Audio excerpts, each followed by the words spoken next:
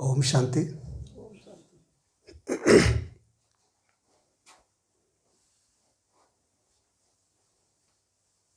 एक गांव में एक छोटी सी चट्टान होती है,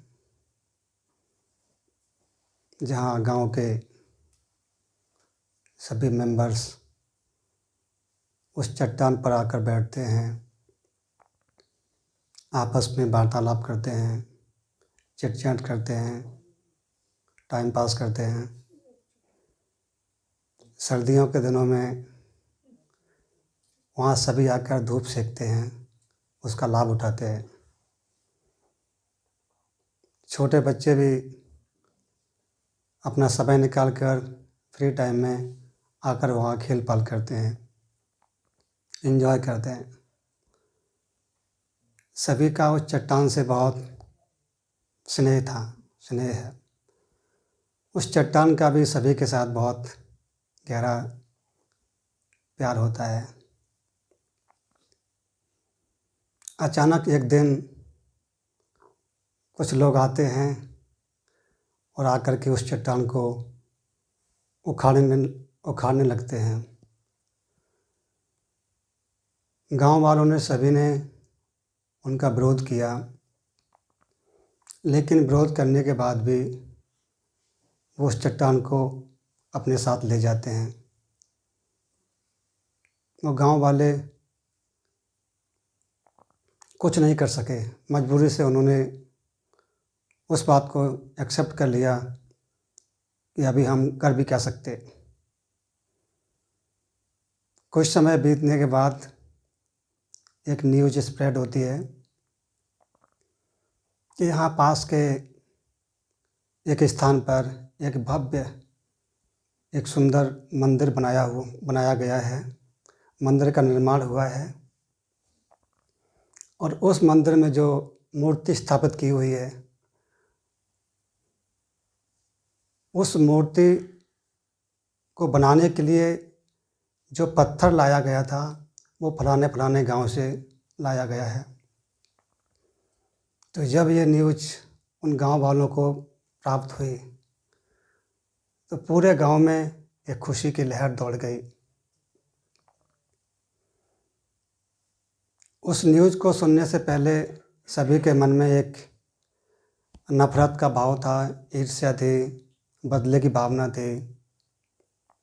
जैसे उन्होंने ये न्यूज़ सुनी कि हमारे गांव से जो पत्थर ले जाकर उन्होंने एक सुंदर मूर्ति बनाई, उस मूर्ति को उस मंदिर में स्थापित किया हुआ है, जहां हजारों लोग आकर के उसका दर्शन करते हैं। तो सभी के अंदर एक उमंग, उत्साह, खुशी, नशा कि हमारे यहाँ से निकला हुआ पत्थर या निकली हुई मूर्ति उस मंदिर में स्थापित है। और उनके पास उस गांव में जो भी आगंतुक आते हैं, मेहमान आते हैं या कोई घूमने के लिए आते हैं, उन सभी को बड़े नशे से बताते हैं कि उस मंदिर में जो मूर्ति स्थापित है वो हमारे इस गांव से निकली हुई मूर्ति है। तो मानव जीवन में कई ऐसी समस्याएं, कई ऐसी बातें, कई ऐसे विघ्न आते हैं। हम सभी के सामने कई ऐसे लोग आते हैं जिनमें से कुछ को हम खुशी खुशी से सहन कर लेते हैं और किसी किसी को हम मजबूरी से सहन करते हैं।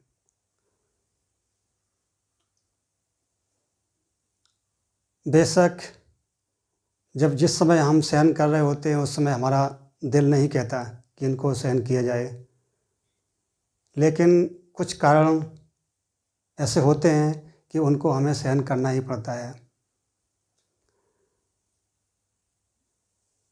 तो जब हम किसी व्यक्ति को, कोई परिस्थिति को सहन करते हैं तो उसकी रिजल्ट, उसका जो आउटपुट है वो बहुत अच्छा निकलता है, बहुत सुंदर निकलता है, बशर्ते कि उस समय हम टूट ना जाएं,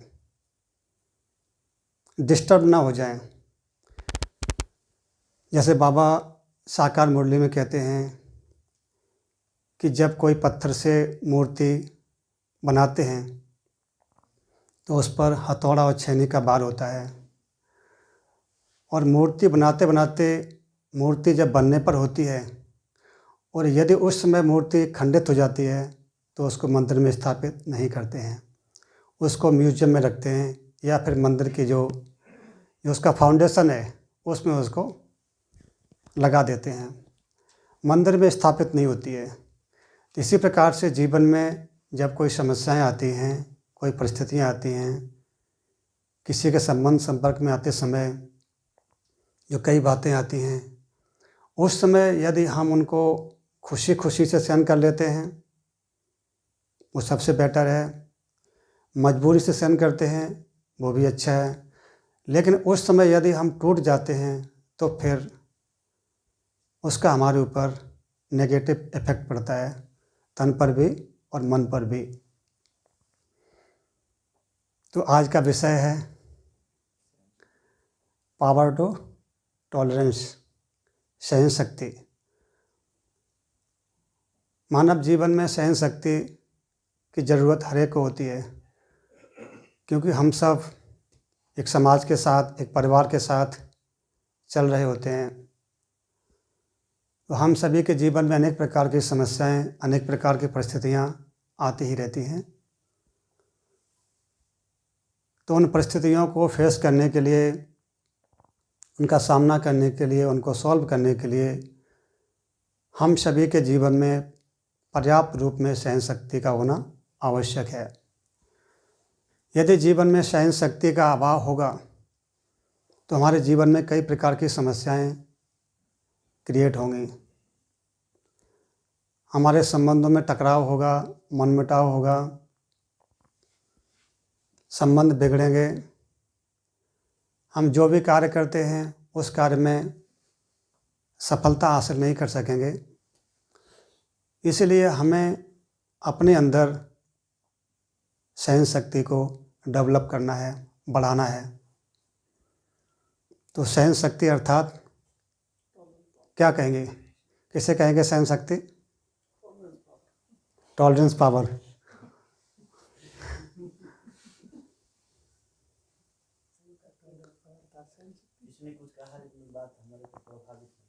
किसी ने कुछ कहा तो उसमें हमारे पर उसकी बात प्रभावित ना हो, उसका हमारे पर कोई नेगेटिव इफेक्ट ना पड़े, हम उसको सहज स्वीकार कर लें, सहज उसको हम एक्सेप्ट कर लें, बिना उसको बद्दुआ दिए, बिना संबंध बिगड़े, खुशी खुशी से उस बात को स्वीकार कर लें, एक्सेप्ट कर लें, पॉजिटिव में परिवर्तन कर लें।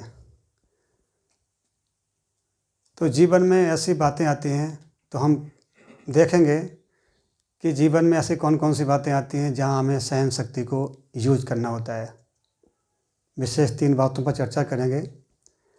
पहली वो बातें हैं जिन बातों के लिए हमें सहन शक्ति को यूज करना होता है।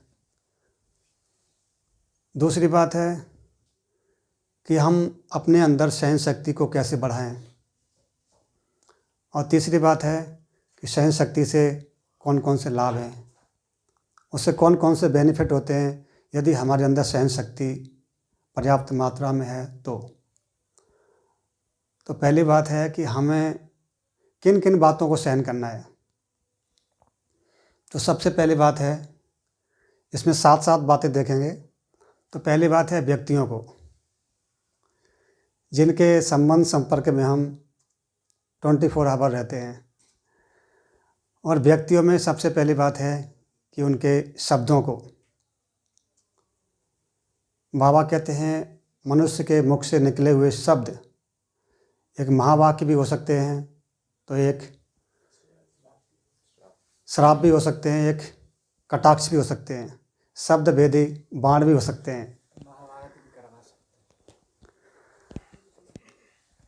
तो जो भी हमारे संबंध संपर्क में आते हैं तो उनके जो शब्द होते हैं उनके शब्दों को हमें सहन करना पड़ता है।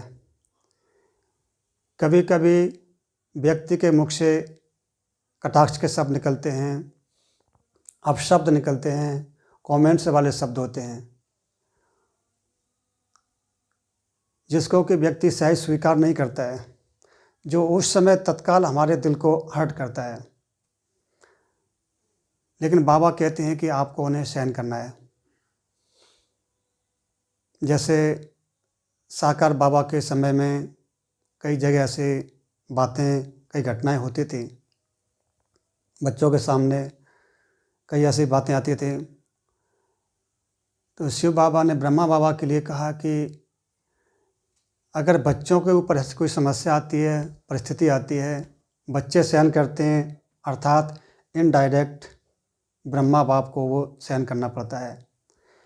तो उन सब बातों को देखते हुए, सुनते हुए ब्रह्मा बाबा ने उन बातों को खुशी खुशी से सहन किया, मजबूरी से नहीं। तो बाबा ने कहा कि सहनशीलता के गुण को धारण करके उनको सहन किया। ऐसे नहीं कि कोई आपकी महिमा करे,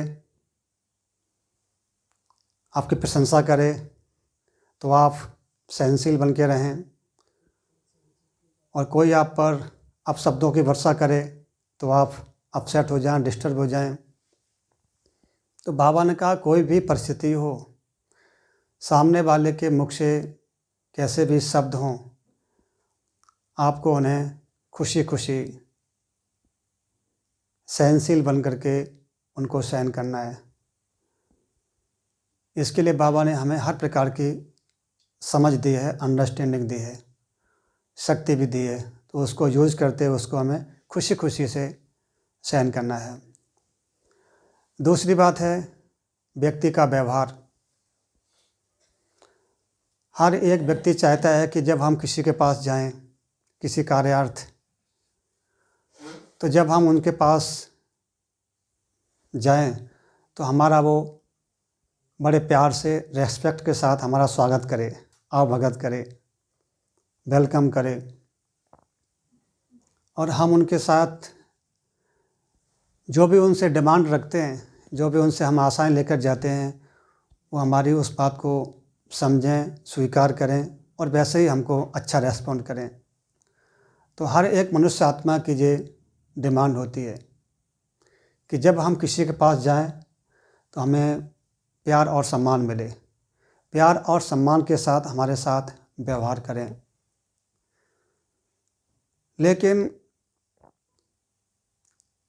इसका दूसरा पहलू है कि जब कोई हमारे पास आता है तो हम भी उसके साथ यही नियम लागू करें, इस बात को भूल जाते हैं। तो हम देखते हैं कि संसार में या समाज में ऐसे अजीबोगरीब प्राणी सब जगह पाए जाते हैं। आप कहीं पर भी देखेंगे कि ऐसे लोग अधिक संख्या में मिलते हैं या मिलेंगे जो दूसरों से अपेक्षा रखते हैं कि हमारे साथ ऐसा व्यवहार हो, हमारे साथ प्यार से बात करें, हमें हर प्रकार का सहयोग दें। लेकिन जब वो बात उनके ऊपर लागू होती है तो उस समय वो इस बात को स्वीकार नहीं करते हैं। लेकिन इस आध्यात्मिक मार्ग में हमें जीवन में आगे बढ़ना है, जीवन में कुछ अचीव करना है, तो हमें ऐसे लोगों को भी सहन कर लेना उचित है। बेशक उस समय कुछ नुकसान भी होता है, लेकिन उस नुकसान में भी हमें आने वाले समय में बहुत सारे बेनिफिट मिलते हैं, फ़ायदे मिलते हैं, क्योंकि उनके साथ हमारे संबंध नहीं खराब होते हैं। हम किसी के पास गए, उन्होंने किसी विशेष कार्यार्थ, और उन समय पर्याप्त सहयोग नहीं मिला, जिस सहयोग की उम्मीद के साथ हम उनके पास गए, उनसे सहयोग नहीं मिला, तो उस समय यदि हम सहन कर लेते हैं उनके इस व्यवहार को, तो उनसे हमारे संबंध नहीं बिगड़ेंगे। और संबंध न बिगड़ें, ये एक बहुत बड़ी अचीवमेंट है। क्योंकि कार्य आज अगर नहीं भी होगा तो कल पूरा अवश्य होगा, लेकिन संबंध जब बिगड़ते हैं तो लंबे समय तक उसका इफेक्ट स्वयं के मन बुद्धि पर रहता है। तो दूसरी बात है व्यवहार, जो हमें लोगों के व्यवहार को सहन करना पड़ता है। तीसरी बात है संस्कार। जहाँ एक साथ एक से अधिक लोग रहते हैं, 2, 4, 10, 50,000, तो जितने लोग उतने हर एक के भिन्न भिन्न संस्कार होते हैं। हर एक की अपनी अपनी विशेषताएं होंगी, खूबियाँ होंगी, अच्छे गुण होंगे, अच्छी कोई कलाएं होंगी, योग्यताएं होंगी, लेकिन हर एक में कोई ना कोई एक ऐसा संस्कार होता है जो वो संस्कार दूसरों के लिए नुकसानकारक होता है। तो यदि हम एक बड़े परिवार के साथ रहते हैं, एक संगठन के साथ रहते हैं, एक ऊंचा लक्ष्य लेकर चल रहे हैं, तो ऐसे समय पर हमें हर एक के संस्कारों को भी सहन करना पड़ेगा। यदि हम उस समय उनके संस्कारों को सहन कर लेते हैं तो बाबा कहते हैं कि संगठन की शक्ति, वो संगठन की शक्ति मजबूत रहेगी। और जहाँ संगठन की शक्ति एक साथ कार्य कर रही है तो कोई भी कार्य हो, कितना भी बड़े से बड़ा कार्य हो, उस कार्य में हम सहज सफलता हासिल कर सकते हैं। जैसे कई प्रोग्राम के लिए कभी कोई मीटिंग करते हैं तो उस मीटिंग के समय हर एक की अपनी अपनी राय होती है। अब उस समय किसी की राय को मान्यता देते हैं और किसी की राय को मान्यता नहीं देते हैं। तो ऐसे समय में यदि हम जिनकी बात को मान्यता नहीं दी गई, यदि वो उस बात को सहन कर लेते हैं कि हमारी बात को स्वीकार नहीं किया गया, फिर भी हमें सहयोग देना है, हमें यूनिटी में रहना है, सबके साथ मिलकर कार्य करना है। यदि उस बात को स्वीकार करके सहन करके वो चलेगा तो जिस कार्य के लिए मीटिंग की प्लानिंग की, उस कार्य में सफलता हासिल कर सकेंगे। यदि संस्कारों में किसी संस्कारों को हम सहन नहीं करेंगे तो संबंधों में टकराव होगा, मनमुटाव होगा, आपस में दूरियां बढ़ेंगी और हम कोई भी कार्य में सफलता हासिल नहीं कर सकेंगे। तो व्यक्तियों के संपर्क में आते हुए हमें विशेष 3 बातों को सहन करना है, उनके शब्दों को, उनके व्यवहार को, और तीसरी बात संस्कारों को। दूसरी बात है प्रकृति। फर्स्ट में पहला है व्यक्ति, सेकंड है परिस्थिति, प्रकृति। प्रकृति में 3 बातें हैं, सर्दी, गर्मी और बरसात। ये संसार परिवर्तनशील है तो इस संसार में प्रकृति भी परिवर्तनशील है। सदा एक सा मौसम, सदा बाहरी मौसम वर्तमान समय विशेष संसार में नहीं रहता है। कभी अति सर्दी होगी, कभी अति गर्मी होगी, तो कभी अति बरसात होगी। लेकिन हमें इन तीनों ही प्रकार के जो प्रकृति के जो परिवर्तन है, इनको भी स्वीकार करना है, इनको भी सहन करना है। हम इन प्रकृति के परिवर्तन के साथ साथ अपसेट ना होते रहें, तो उसको स्वीकार करके सहन करके यदि हम चलते हैं तो हम जीवन में निरंतर आगे बढ़ते रहेंगे।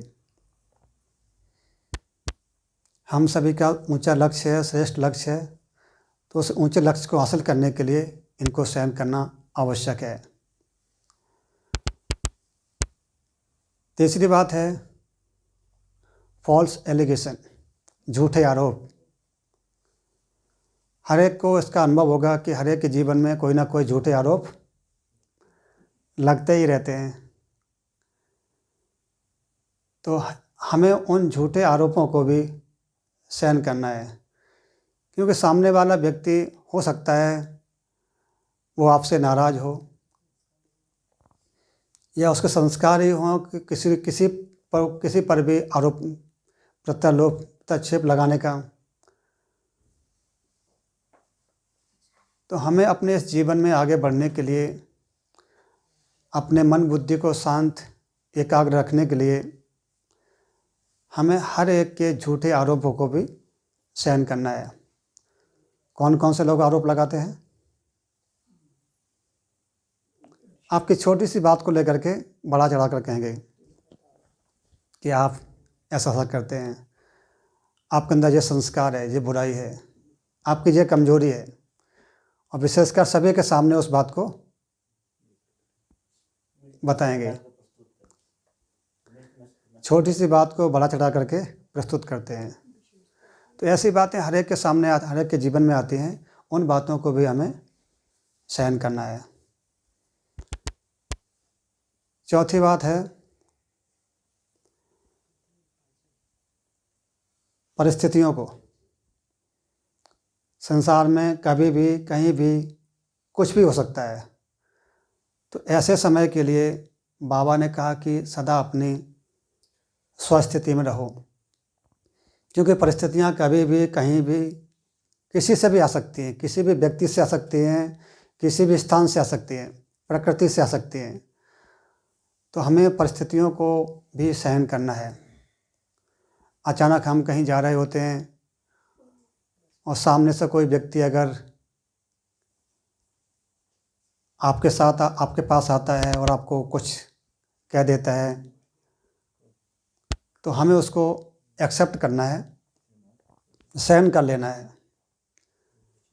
तो जीवन में जो आने वाली परिस्थितियां हैं, परिस्थितियां कभी भी आ सकती हैं, किसी के भी सामने आ सकती हैं। उन परिस्थितियों को भी हमें खुशी खुशी से सहन करना है। और उसके लिए बाबा ने कहा कि सदा अपनी स्वस्थिति में रहो। यदि आप स्वस्थिति में रहेंगे तो परिस्थितियों को आप सहज खुशी खुशी से सहन कर सकेंगे। कितनी बातें हो गई? 4। 5वीं बात है बीमारी को। आधा कल्प से हम सभी ने बुराइयों के बस होकर, विकारों के बस होकर, देवान के बस बहुत सारे विकर्म किए हैं, पाप कर्म किए हैं। और उन पाप कर्मों का फल हर एक के जीवन में कोई ना कोई बीमारी के रूप में आता ही रहता है। तो हमें उन बीमारियों को भी खुशी खुशी से सहन करना है।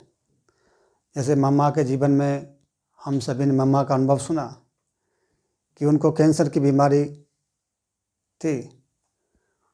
तो मम्माओं को मालूम था कि कैंसर की बीमारी है और उस बीमारी में बहुत दर्द भी होता है। तो मम्मा ने उस बीमारी को खुशी खुशी से सहन किया, उसका बखान नहीं किया। उस दर्द को भी उन्होंने सहन किया और उसको सहन करके सभी के आगे एक एग्जाम्पल बनी। तो हम सभी के जीवन में भी कभी ना कभी कोई ना कोई छोटी मोटी बीमारी आती ही रहती है। तो उसको हमें खुशी खुशी से सहन करना है। बाबा कहते हैं यदि उसका बखान करेंगे, 10 लोगों को सुनाएंगे, तो आपकी बीमारी और बढ़ती रहेगी।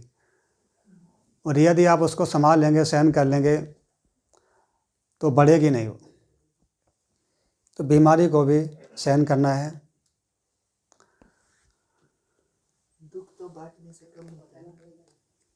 बाबा भी कहते हैं मुझे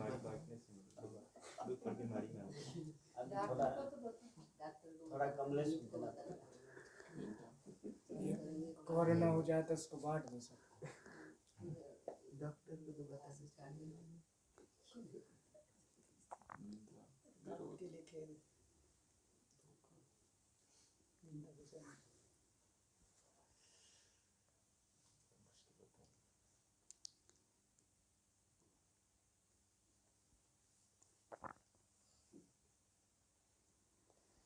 फिर कितनी बातें हो गई? 5 बातें। 5 नहीं, 6 बातें हो गई।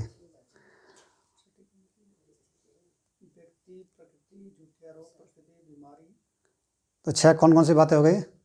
पहले व्यक्ति, दूसरा प्रकृति, तीसरा झूठे आरोप, परिस्थितियाँ, बीमारी, मौसम, प्रकृति में मौसम लग गया।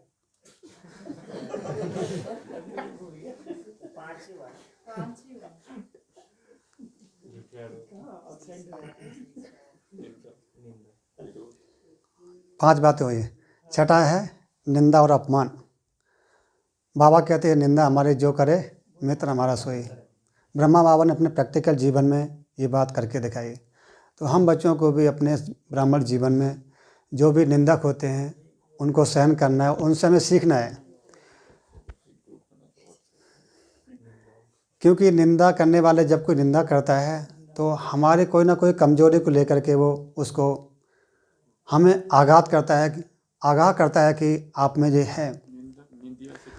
और साथ साथ दूसरी बात है कि हमें वो एक्टिव कर देता है, अलर्ट कर देता है। अर्थात हमारे अंदर जो सोई हुई पावर है, शक्ति है, हमें उस शक्ति को जगाने के वो निमित्त बनता है। तो जो निंदक हैं उनको हमें थैंक्स देना है कि वो हमें हमारी सुषुप्त अवस्था में जो सोई पड़ी हुई शक्तियाँ हैं उनको जगाने के निमित्त बना है। तो निंदा करने वाले, अपमान करने वालों को भी हमें सहन करना है। और अगली 7वीं बात है असुविधाओं को कम, असुविधाएं, अनकम्फर्ट। हर एक के दिल में ये बात रहती है कि जो भी हमारे संबंध संपर्क में जो व्यक्ति हैं, जो स्थान है, साधन, हर एक का रहता है कि हमको सब कुछ कंफर्ट के रूप में मिले, सब सुविधाओं को सब चाहते हैं। व्यक्ति हमारे साथ ऐसा हो जिससे संस्कारों का मैच होता रहे, आपस में कोई टकराव ना हो, खिटपिट ना हो। हम ऐसे व्यक्तियों को चाहते हैं, हम ऐसा स्थान चाहते हैं जहाँ सब सारी सुविधाएं हों। तो बाबा कहते हैं संसार में ये पॉसिबल नहीं है। ये संसार एक युद्ध का मैदान है और युद्ध के मैदान में कंफर्ट नहीं होता है। तो हमें जो भी अनकम्फर्टेबल जो बातें हैं हमें उनको भी सहन करना है। तो ऐसी ये 7 बातें हैं जिन बातों को हमें सहन करना है। पहली बात है व्यक्तियों को, दूसरी बात है प्रकृति को, तीसरी झूठे आरोपों को, चौथा परिस्थितियों को, 5वां बीमारी को, छठा निंदा अपमान और 7वां असुविधाएं, अनकम्फर्टेबल। तो इनको हमें सहन करना है। यदि हम इन बातों को सहन करेंगे तो हम इस ब्राह्मण जीवन में आगे बढ़ सकेंगे। तो इन बातों को सहन करने के लिए बाबा ने हमें कई प्रकार के साधन बताए हुए हैं। तो इन बातों को हमें सहन करने के लिए हमें कुछ बातों को जीवन में अप्लाई करना है, कुछ विधि अपनानी है। तो उसमें सबसे पहली बात है एक्सेप्टेंस, स्वीकारता।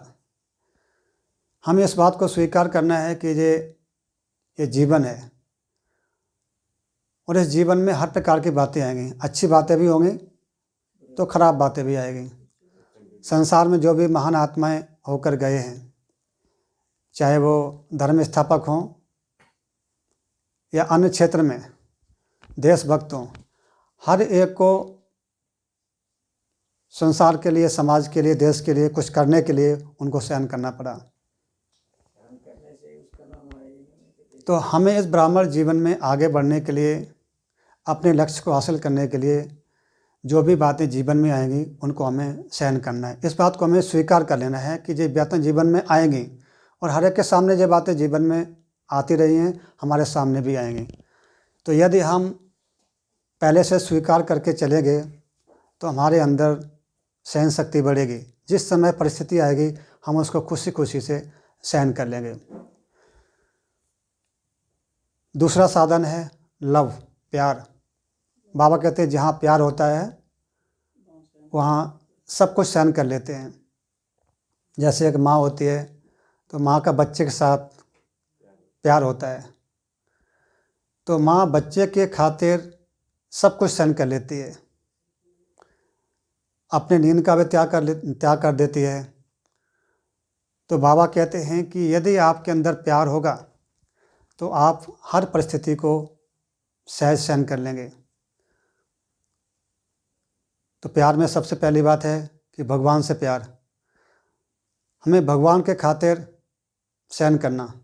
बाबा कहते हैं कि यदि आप मेरे खातिर सहन करेंगे तो भविष्य में आप शहंशाह बनेंगे, भविष्य में आप शहंशाह बनेंगे। तो भगवान के खातिर हमें सभी बातों को सहन करना है, हमें रिएक्ट नहीं करना है। दूसरी बात है ये ब्राह्मण परिवार है। तो इस ब्राह्मण परिवार में जो भी सदस्य हैं हमारे अपने हैं, तो इस ब्राह्मण परिवार से जितना हमारा स्नेह है और स्नेह बढ़ेगा उतनी हम हर एक की बात को सहज सहन कर लेंगे।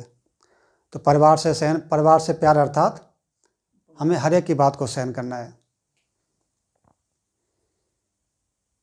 तीसरी बात कि संसार की आत्माएं जो हैं वो सभी आत्माएं हमारे अपने भाई बहन हैं। तो संसार की आत्माओं से जब कोई ऐसी बातें आती हैं, कोई ऐसे कारण पैदा होते हैं, किसी के अपशब्द होते हैं, किसी का व्यवहार ऐसा होता है, तो संसार की आत्माओं से प्यार अर्थात उनकी हर बात को सहन कर लेना। प्रकृति से हमारा प्यार अर्थात प्रकृति में जो भी परिवर्तन आते हैं उनको भी हमें खुशी खुशी से सहन करना है। तो अपने अंदर सहन शक्ति को बढ़ाने के लिए हमें अपने अंदर प्यार को बढ़ाना है, प्यार को डेवलप करना है। जितना हमारे अंदर प्यार बढ़ेगा उतना हमारे अंदर सहन शक्ति स्वतः बढ़ती रहेगी। सहन शक्ति को बढ़ाने का तीसरा साधन है एक्सरसाइज। फिजिकल एक्सरसाइज के साथ साथ स्पिरिचुअल एक्सरसाइज। तो फिजिकल एक्सरसाइज जितना हम करते हैं उतना हमारे अंदर सहन शक्ति बढ़ती है। फिजिकली सहन शक्ति भी बढ़ती है तो हमारा जो मनोबल वो भी सहन शक्ति बढ़ती है। तो जो भी एक्सरसाइज है, वॉकिंग से लेकर स्विमिंग, रनिंग, प्लेइंग, हमें हर प्रकार के जो भी फिजिकल एक्सरसाइज है, जब भी जो भी समय मिलता है हमें उनको अपने जीवन में अप्लाई करना है। कभी हम वॉकिंग करें, कभी रनिंग, समय मिलता है तो कभी स्विमिंग भी कर लें, साइकिलिंग। तो जो भी फिजिकल एक्सरसाइज है हमें समय प्रति समय उनको अप्लाई करते रहना है। जैसा समय वैसी एक्सरसाइज, लेकिन हमें अपने अंदर वो एक्सरसाइज करते रहना है। तो जितना हम फिजिकल एक्सरसाइज करेंगे उतना हमारे अंदर सहन शक्ति बढ़ेगी। इसी प्रकार से स्पिरिचुअल एक्सरसाइज से भी हमारा जो मनोबल है वो बढ़ता है। और जिसका मनोबल स्ट्रांग होता है उसके सामने जब कोई समस्या, कोई परिस्थिति आती है वो उसको खुशी खुशी से सहन कर लेता है। तो हमें एक्सरसाइज पर भी पूरा ध्यान देना है। अच्छी नींद के लिए भी सहनशीलता चाहिए। बाजू वाला खराटे ले रहे हैं। अगला साधन है जर्नी। जैसे जब हम कहीं कोई जर्नी पर जाते हैं तो उस समय हमारे सामने कई प्रकार की बातें आती हैं, लेकिन हमारा लक्ष्य रहता है कि हमें अपने टारगेट पर पहुंचना है। तो हम उन बातों को खुशी खुशी से सहन कर लेते हैं, हम उनको रिएक्ट नहीं करते हैं। चाहे कोई व्यक्ति हो या अन्य कई बातें होती हैं, कभी कभी ट्रेन लेट हो जाती है तो उसको अभी हम कुछ सहज सहन कर लेते हैं। तो इसी प्रकार से जो हमारी स्पिरिचुअल जर्नी है, हमें इस स्पिरिचुअल जर्नी में अपने लक्ष्य को हासिल करने के लिए रास्ते में जो भी विघ्न बाधाएं आती हैं, समस्याएं आती हैं, जो व्यक्ति आते हैं, उनको हमें खुशी खुशी से सहन करते हुए आगे चलना है। तो यदि हम ये बात ध्यान में रखेंगे कि हम अभी यात्रा पर हैं, हम यात्री हैं, तो हमारे अंदर वो सहन शक्ति बढ़ेगी। क्योंकि हमें अपने लक्ष्य को हासिल करना है, लक्ष्य पर पहुंचना है। तो रास्ते में जो भी नज़ारे हमारे सामने आएंगे उनको हम खुशी खुशी से साइट सीन समझते हुए उनको हम सहन कर लेंगे। तो अपने जीवन में सहन शक्ति को बढ़ाने के लिए हमें याद रखना है कि हम एक यात्रा पर हैं, हम यात्री हैं। अगली पॉइंट है इन्वोकेशन, आवाहन। बाबा कहते हैं उसको आह्वान करो। जिस शक्ति की आपको ज़रूरत है उस शक्ति का आह्वान करो। तो हमें अपने अंदर सहन शक्ति को बढ़ाने के लिए सहन शक्ति का आह्वान करना है। कैसे करेंगे? हाजिर हो। जिस समय कोई परिस्थिति आती है उसमें हमें उसको आह्वान करना है कि सहन शक्ति हाजिर हो। संसार में भी ऐसे आत्माएं होती हैं, भक्त आत्माएं होती हैं कि जब उनके सामने वो समस्या आती है तो जिसके वो भक्त होते हैं वो अपने उस इष्ट देव को उनका आह्वान करते हैं। जैसे जो हनुमान के भक्त होते हैं वो उसमें हनुमान का आह्वान करते हैं और वो अनुभव भी करते हैं कि उन समय जो शक्ति मिली है उससे उन्होंने उस समस्या का सामना किया, फेस किया, उस पर विजय हासिल की है। तो सुप्रीम पावर से उस शक्ति का आह्वान करना है। तो 6वीं पॉइंट है अपने अंदर सहन शक्ति को बढ़ाने के लिए कि हम सहन शक्ति का आह्वान करें। सभी शक्तियों का आह्वान करना है, लेकिन जिस समय सहन करने की बात हो उस समय हम सहन शक्ति का आह्वान करें और अपने अंदर देखें कि वो सहन शक्ति हमारे अंदर अभी भरपूर मात्रा में है, प्रचुर मात्रा में है। हम किसी भी परिस्थिति को, किसी भी बात को खुशी खुशी से सहन कर सकते हैं।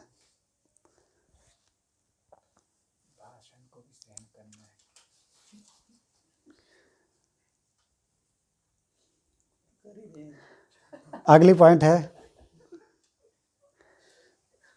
ऊंचा टारगेट, लक्ष्य ऊंचा। जिसका लक्ष्य ऊंचा होता है तो उसके अंदर हमेशा स्वतः ही एक शक्ति इमर्ज रहती है कि उसको हासिल करने के लिए जो भी छोटी मोटी बातें आती हैं उनको विशेष वो महत्व नहीं देता है, क्योंकि उसका फोकस उस ऊंचे लक्ष्य पर है कि हमें उसको हासिल करनी है। तो यदि हम इस जीवन में एक ऊंचा टारगेट लेकर के चल रहे हैं या चलेंगे तो जीवन में आने वाली छोटी मोटी बातें हैं, किसी के अपशब्द हैं, कटाक्ष वाले बोल हैं, कमेंट वाले बोल हैं, उसको हम सहज भाव से स्वीकार कर लेंगे, उनमें हम डिस्टर्ब नहीं होंगे। तो सहन शक्ति को बढ़ाने के लिए हमें अपना टारगेट ऊंचा रखना है, तो हमारे अंदर सहन शक्ति बढ़ती रहेगी। तो जब जीवन में सहन शक्ति हमारे अंदर होगी तो उससे लाभ कौन कौन से होंगे? 7 बातें। सबसे पहली बात है यूनिटी। यदि हमारे अंदर सहन शक्ति है तो हम संगठन को मजबूत बनाते हैं, और जहाँ संगठन मजबूत है वहाँ हर कार्य में सफलता है। तो सहन शक्ति से संगठन मजबूत बनता है। दूसरा है एडजस्टेबिलिटी, माना हम किसी के भी साथ एडजस्ट हो सकते हैं। जो सहनशील व्यक्ति होता है उसको सभी लाइक करते हैं, क्योंकि उसको मालूम है कि उससे हमें कोई तकलीफ आने वाली नहीं है। तो सहन शक्ति जीवन में आने से हमारे अंदर एडजस्ट होने की पावर बढ़ जाती है। उसको दब्बू नहीं बोलेंगे। तीसरा है रिलेशनशिप।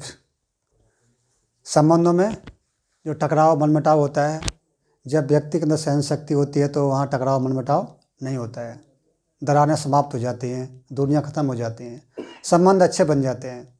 तो सहन शक्ति से तीसरा फ़ायदा है कि रिलेशंस अच्छे हो जाते हैं। तो अपने संबंधों को मधुर बनाने के लिए हमें अपने अंदर सहन शक्ति को बढ़ाना है। ये तीसरा फ़ायदा है। चौथा फ़ायदा है सेल्फ कॉन्फिडेंस। जिस व्यक्ति में सहन शक्ति होती है उसके अंदर आत्मविश्वास प्रचुर मात्रा में होता है। वो कोई भी कार्य करने के लिए तैयार रहता है, क्योंकि उसको मालूम है कि हम उस कार्य को अवश्य कर सकेंगे, अवश्य करके दिखाएंगे। तो जिसके अंदर सहन शक्ति होती है उसमें सेल्फ कॉन्फिडेंस पर्याप्त मात्रा में होता है। चौथा लाभ है सक्सेस, सफलता। जहाँ सहन शक्ति है वहाँ सफलता ही सफलता है, सफलता उसके कदम चूमती है। तो हमें जीवन में सफलता को हासिल करना है तो अपनी सहन शक्ति को बढ़ाते रहना है। छठवां लाभ है हम अनुभवी बन जाते हैं और दूसरों के लिए रोल मॉडल बन जाते हैं।